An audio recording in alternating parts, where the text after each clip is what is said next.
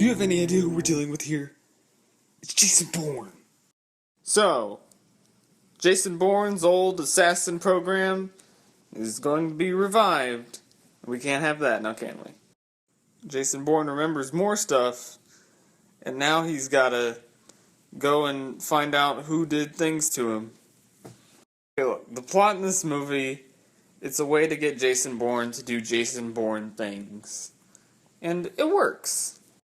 It's something where it happens, and you kind of just have to accept it, which I did, and which everyone should.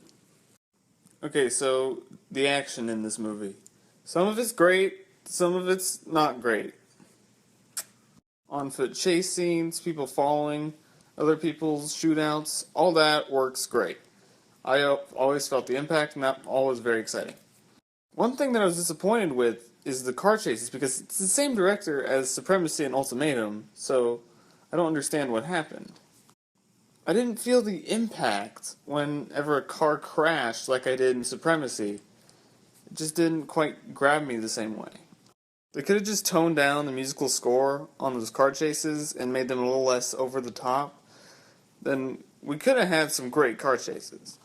I mean, for God's sake, they blew up like 200 cars to get one of those shots, and it just does not come off right in a Bourne movie. But at the same time, there's this mystery going on. They're still able to keep that air of mystery after like years.